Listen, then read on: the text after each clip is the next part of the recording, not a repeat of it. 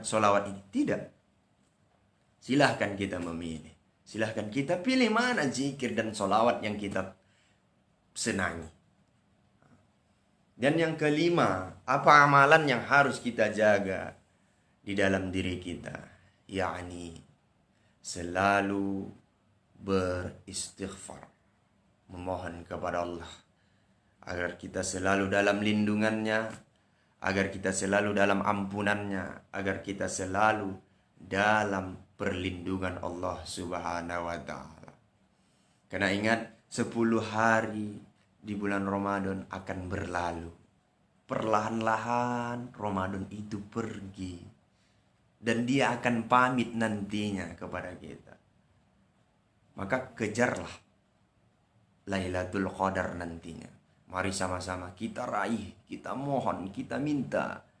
Berharap kita kepada Allah, ya Allah, berikan Lailatul Qadar itu kepadaku. Berikan ya Allah.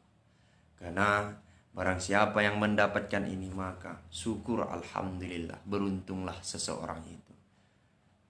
Karena ketika sahabat bertanya kepada Rasulullah, ya Rasulullah, di malam manakah malam Lailatul Qadar itu?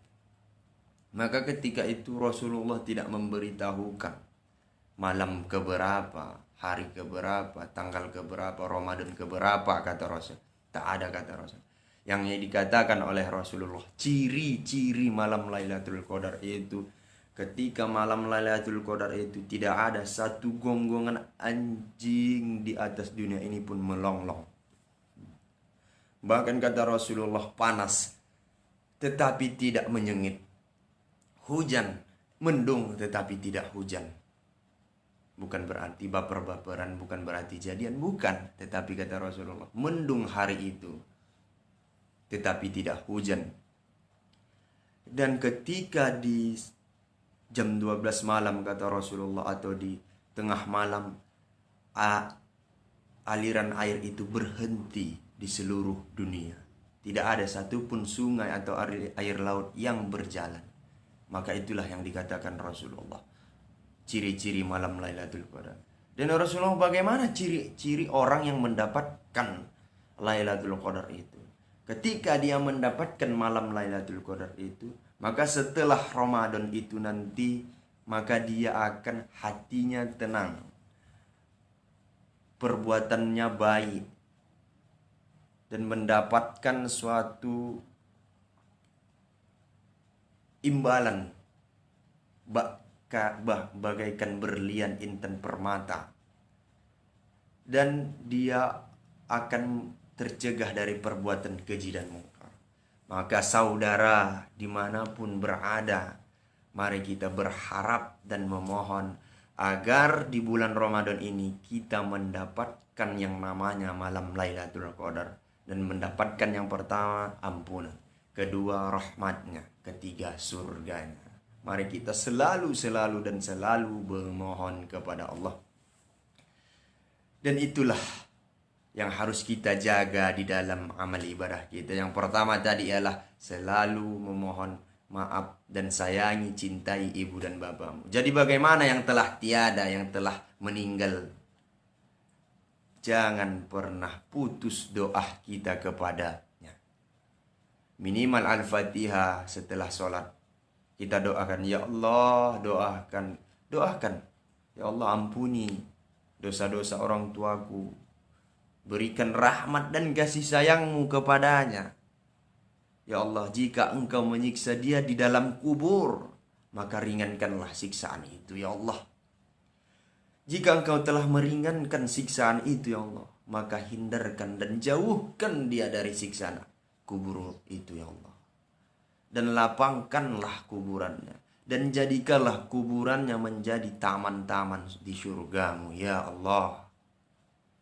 Ya Allah, limpahkan rahmat dan kasih sayangmu kepada orang tuaku, ya Allah. Ya Rahman, ya Arhamar Rahimin. Inilah amalan. Kenapa? Kata sebagai kata ulama, doa anak kepada ayah atau ibunya tidak ada satu penghalang pun. Bahkan ketika seorang anak mendoakan orang tuanya, maka seluruh malaikat akan berbondong-bondong merebut doa ini untuk dilaporkan kepada Allah di langit sana. Maka harus kita ketahui, ketika kita berdoa, mendoakan ayah dan ibu kita, maka seluruh malaikat akan berbondong-bondong. Apa kata mereka? Ini doa anaknya, ini doanya. Ayo kita berebut, berbondong-bondong untuk mempersembahkan kepada ayah dan ibunya. Maka mereka akan bahagia dan mereka begitu cepat seperti kilatnya untuk melaporkan kepada Allah. Ini yang harus kita pahami. Mendoakan ayah dan ibu kita dimanapun kita berada, yang terutama di setelah sholat kita. Barang siapa yang mendoakan ayah dan ibunya, maka beruntunglah orang tua itu memiliki seorang anak.